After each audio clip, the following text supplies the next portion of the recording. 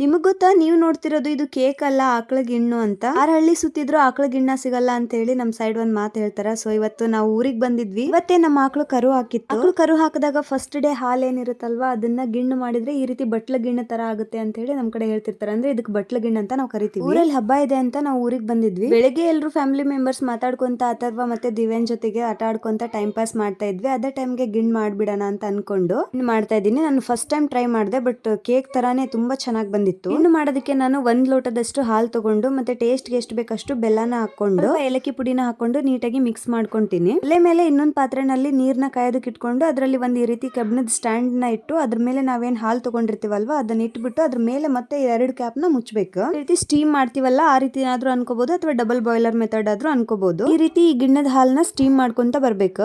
ನಡುವ ಚೆಕ್ ಮಾಡ್ತಾ ಇರ್ಬೇಕು ಗಿಣ್ಣು ರೆಡಿ ಆಗಿದೆನೋ ಇಲ್ವೋ ಅಂತ ಹೇಳಿ. ಈ ರೀತಿ ಸ್ಪೂನ್ ಇಟ್ಟಾಗ ಕೇಕ್ ತರ ಕಟ್ ಆಗ್ತಾ ಇರ್ಬೇಕು, ಸ್ಪೂನ್ ಗೆ ಅಂಟ್ಕೊಳ್ತಾ ಇರಬಾರ್ದು, ಅವಾಗ ಗಿಣ್ಣು ರೆಡಿ ಆಗಿದೆ ಅಂತ ಅರ್ಥ. ಮೊದ್ಲು ಸರೌಂಡಿಂಗ್ ಎಲ್ಲ ನೀಟಾಗಿ ಬಿಡಿಸ್ಕೊಳ್ತಾ ಬರ್ತೀನಿ. ಅದಾದ್ಮೇಲೆ ಇದನ್ನ ಒಂದ್ ಪ್ಲೇಟ್ಗೆ ತೆಗೆದ್ರೆ ಆಯ್ತು, ಗಿಣ್ಣು ರೆಡಿ ಆಗಿರ್ತೈತಿ. ಆಕಳದ ಗಿಣ್ಣ ಸಿಗೋದು ಅಪರೂಪ, ಅದ್ರಲ್ಲೂ ಈ ರೀತಿ ಬಟ್ಲ ಗಿಣ್ಣ ಮಾಡ್ಕೊಂಡು ತಿನ್ನೋದು ಇನ್ನೂ ಅಪರೂಪ. ವಿಡಿಯೋ ನೋಡ್ತಿರೋರಲ್ಲಿ ನೀವ್ ಯಾರೆಲ್ಲ ಗಿಣ್ಣ ತಿಂದಿದ್ರಿ ಅಂತ ಕಮೆಂಟ್ ಮಾಡಿ. ಹಾಗೆ ವಿಡಿಯೋ ಇಷ್ಟ ಆದ್ರೆ ಲೈಕ್, ಶೇರ್, ಫಾಲೋ ಮಾಡೋದನ್ನ ಮರಿಬೇಡಿ. Thanks for watching.